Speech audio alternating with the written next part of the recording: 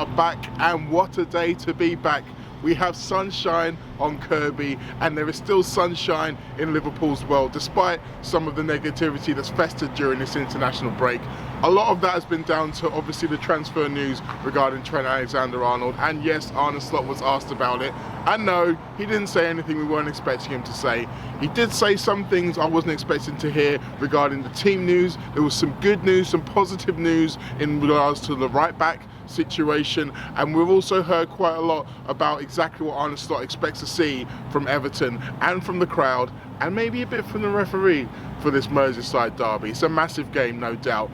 I feel like this break has come at a good time for everybody. Arne Slot seems to say that as well. He said it was a break that was needed, which is interesting. I asked him about one of our favourite subjects, set pieces, and he gave me a stat back. We had a bit of a stat off, if you will, and I will go into exactly what he said and what I thought he meant back in the lab. Hello everyone, good to be back here in the lab. Good to be doing this again, another Arne Slot press conference for me to pour over. We have to start at the very top, of course. I think most people went into this press conference expecting to hear questions about Trent Alexander-Arnold and maybe hoping to hear some new information. Well, if that was you, then you should know better, because there was going to be no information. Slot was going to answer this question the same way he's answered it all season, because you know what? That's been working for him and he wouldn't want to change it. As far as he's concerned, the only difference between Trent Alexander-Arnold a couple of weeks ago, a couple of months ago, and now is that now he's injured and he's not available to him. So he spoke about him as he spoke about all of the other injured players. I can't believe anyone was expecting it to be any different, frankly. There has been no official communication from player or from either club, so there was unlikely to be any new information given on him here. And to be honest, I think that's for the best. I really do think that once it comes to the point where there is something to say, then those people will be able to say it. But until that point, Liverpool have got games to win. And there are other players who are going to be fit and available, who are probably more important to talk about. One of which is the other right back, Conor Bradley. Now, in the injury news section of this show, we will have to let you know that Alisson and Ryan Gravenberch, both of who left international duty early, should be ready to go. Gravenberch has been training yesterday and today. Ali has also been in training, but because of the concussion protocol, he's got a few more hurdles to go over before he can officially be cleared. But Conor Bradley has also been in training as well. He's been mainly doing his own individual work, but it sounds like, from listening to Arne Slot, that he will be ready to train with the team once again, because he is in contention to make the squad for this game. Now, it did sound like, reading between the lines, that Slot was going to be more careful with him, and maybe we wouldn't necessarily see him start in the lineup against Everton, but he might feature at some point, and then he might come into contention for a start against Fulham at the weekend. Who knows? But either way, it is great news. Obviously, Jarell Quansah has been a fine deputy at right back, but he is the very, very last option. So were there to be any issues with him, either form or fitness, then that would leave us very, very bare. But having Conor Bradley back is a little bit of a boost for everybody, because it just gives you a little bit more leeway. It also allows Quansah to become a centre-back option if need be as well. So, positive news on the right back front. Who'd have thought we'd be saying that today? Okay, so that's all that out of the way. You're here for the top takeaways. I know that, and it's time for me to deliver my first one. Top takeaway number one. Chiesa and Elliott have earned Arne's trust. Now, he was asked about Chiesa in particular and the impact that he made towards the end of the League Cup final. And Slot mentioned the fact that he was pleased that players have come in and make an impact. He did what he usually does. He takes a question about one person and he expands it to mean lots of different people. He brought Harvey Elliott into the conversation, something that he's done regularly in recent weeks, come on and made an impact. And he said that he's very pleased to see players doing that, pleased that they see that they are ready to come on and make an impact when needed, pleased that they are staying sharp even if they aren't getting the game time they want, even if they are slightly unhappy with the situation they're in. Which is all good news, because it means that you expect that there's going to be more opportunities for both of those players coming up over the weeks. However, it was still very much ready to be used when needed, rather than a ready to start Premier League games. So I would expect both of them to still continue to be coming off the bench. Although the fact that Arne Slot used the word trust and used the fact that he trusted his players, I do believe is massive, because that's probably been the biggest knock against him and against them, is that he doesn't trust them, that he doesn't think that they can be part of his team going forward or even this season. Now, he came out and specifically said that that's not the case, so we'll have to wait and see. With Chiesa though, the interesting thing for most people, if I see the YouTube comments on the press conference videos or on my videos, the conversation's always around, well, Slot keeps saying that he's got to fight with Mo Salah, but what about using him other places? He's played as a centre forward. Why isn't he not playing as a centre forward? We've got two underperforming centre forwards. So I looked into this. I actually looked into the data. You know, who knew I would look at the data? He's actually only played 17 games as a centre forward, according to Transfermarkt, 13 of which of those were for Fiorentina and then 4 for Juventus. Now, he scored 3 goals and got 4 assists in those 17 games, which frankly isn't a massive amount. And the other key thing about all of those games, whether it be for Fiorentina or for Juventus, is that he was playing as part of a two-man strike force, 2 up front, either a 4-4-2 or a 3-5-2. Not as a lone striker, which would be the task if he was to play up front for Liverpool. It's a very different thing. Now, he's played lots of games as a second striker, but if you look at the way Liverpool play, the second striker is really the number 10. And obviously we've got Dominic Szoboszlai for that position. You've got Harvey Elliott, who's probably the first substitute coming in. But then you've also got Alexis McAllister and Curtis Jones who can play that. And because of the way that Slot wants to play that role, you'd expect both of those to be ahead of Chiesa in the mix in terms of playing as a second striker. However, there is another position in which Chiesa can play. He has played quite a lot of games as a left winger.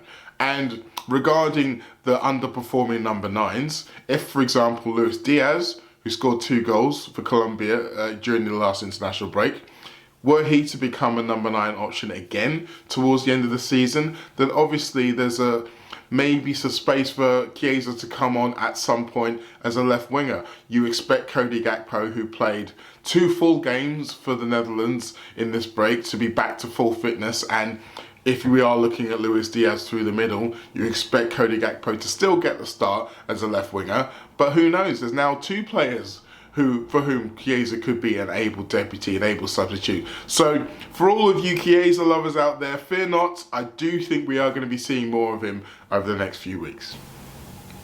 Top takeaway number 2, Slot wasn't the only one who made mistakes at Goodison Park. Now, Slot was asked about, obviously, his reaction to the way things went down in a very heated game at Goodison Park. Obviously, he gets the red card. Sipka Hulsov gets the red card. Curtis Jones gets the red card. And he was asked about, would he react differently if it was a similarly heated game at Anfield? And once again, yes, he did come out with contrition and said, I hope I would act differently. I am only human, but I would like to do it differently. I am sorry for what he did. However, he did also have to mention the reasons why he was so angry, he was so het up. And as he put it, the 8 minutes of controversies against his team like he'd never seen before, like he'd never experienced before. Now, I feel like that might be a slight exaggeration, perhaps, but there were plenty of things for him to be aggrieved about. I think most people would focus on the foul on Konate, which was in the immediate preceding of Tarkowski's goal, but I think the one that most people would actually get upset about is the foul not given on Mo Salah at the other end, maybe even 30 seconds or 40 seconds before that, which would have allowed Liverpool to pretty much run the clock down.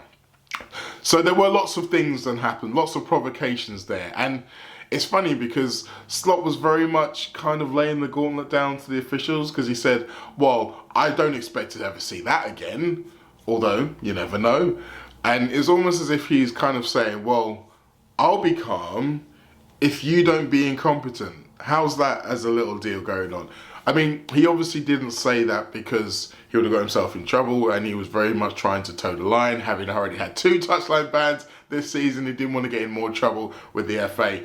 But if you read between the lines, and frankly, that's what we here at this show are all about, then you can see that he was very much putting the onus on the officials to do their job, which will allow him to do his job properly. He was asked also about the difference between that game and this game, and he mentioned the fact that for this game, unlike the last game, every time an Evertonian player does something good, wins a free kick, it's a tackle, etc., there won't be thousands of people cheering them. This time, that'll work in Liverpool's favour, which is obviously a massive benefit.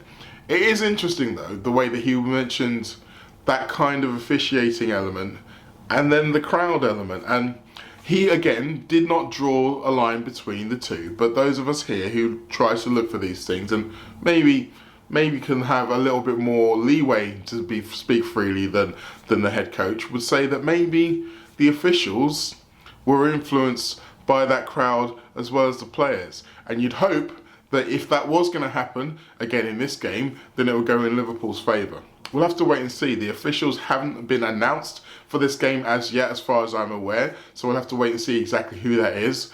Don't expect Michael Oliver, put it that way. But again, this is one of those situations where you hope that outside things don't affect the game, but we are realists. We have seen it happen time and time again. We have to remember this was a game in which Liverpool had twice as much possession as Everton, and yet somehow committed twice as many fouls as Everton. And that was a big part of losing the physical battle, which allowed Everton to get the upper hand. So, if Liverpool want to avoid that happening again, they're going to have to hope that they are with an official or a set of officials who aren't necessarily going to be seeing it in the same way as Michael Oliver did at Goodison. We'll have to wait and see. Top takeaway number 3, Arne needed a break. Now, Arne Slot has taken to the Premier League like a duck to water. It looks like he's about to become the 5th manager to win it in his first season. 6th if you include Wenger, but you know, he came in halfway through, yada, yada, yada. Anyway, he looks like he's done everything that you would want a manager to do in their first season. But that doesn't mean it hasn't had some challenges along the way. He's had so much to deal with that you just don't get in the Eredivisie. So, we've already had 2 domestic cups. We've already had 2 touchline bans. We've already had 4 international breaks, of which this is now the 4th. And to be honest, as he admitted himself, this was one that he enjoyed the most. It's one he probably needed the most. And the interesting thing for me was that he mentioned this in conjunction with the fact that this is the first time he hasn't had a winter break. And you really start to wonder whether that has been such a massive influence in a lot of what we've seen over the last few weeks. Because I think it's fair to say in recent times there's been accusations that maybe Slot has made a few more mistakes than he had made earlier on in the season, whether it would be with tactics, whether it would be with team selection, those kind of things. And even if it's just the hot button topic of certain players playing too much and starting to look tired, etc., you have to understand the difference that having a winter break would make. And maybe Slot underestimated the difference that having a winter break and not having a winter break would make on the squad and their levels of energy. Because you have to remember, it's not just the fact that we don't have a break around the Christmas period. We actually play more around the Christmas period. It's the complete opposite of a break. It all ramps up. So experiencing that for the very first time, you're going to have a few kinks to work out. Maybe you're going to have to revise some of the things that he thought that he could do and he could get away with, and now he won't be able to get away with. But again, I think it's interesting that you look at it from a physical point of view, but maybe just a mental point of view as well. This has been a long period from the November international break to March international break, where it's been game every week, game every week, game. And you do start to get into a bit of a treadmill. And we've already spoken on previous shows about how little training they're often able to do, how little time they have to maybe take stock, take a step back and think about what they're doing in wider context. So you hope that he's had the chance to do that in this break and he can come back just as reinvigorated as we hope the players are. He certainly seemed it today, this morning in the press conference. So again, the hope is that he's been able to take a bit of time off, a bit of time to recharge and reset and be able to really hit the ground running for these final 9 Premier League games of the season. Again, we will have to wait and see. Now it's time for him to answer my question, which was all about set pieces. Hi Arne, set piece strategy didn't exactly go to plan at Wembley, either attacking or defending, and if you look in the league this season, Liverpool had 26% of their goals conceded come from set pieces, which is actually the 5th highest in the league, and going up against an Everton team who scored 41% of their goals from set pieces, which is the highest, including the opening goal at Goodison. Now, I'm not going to ask you if you've changed anything, because you're not going to tell me, but have you spent more time working on set pieces this week than you would do maybe in a normal week? It's funny because I try to use data as well, but I always try to use it in my own advantage. So you tell me that 26% of the goals we've conceded are from set pieces in the league this season. In the league this season, but we're also defensively, when it comes to corners, the best team in the league when it comes to set pieces, and when it comes to corners. So it tells me more that we hardly concede goals, and then if we do concede, a part of it is set pieces, and then because we only conceded 3 or 4, I don't know exactly the number, it's already 26%. But from all the teams in the Premier League, we have the best record in defending corner kicks. At least that's my data. But we are aware of the fact that we again face a team like Newcastle with Everton. That is a team that is very strong in set pieces, because we conceded the first goal in the Merseyside derby from a set piece.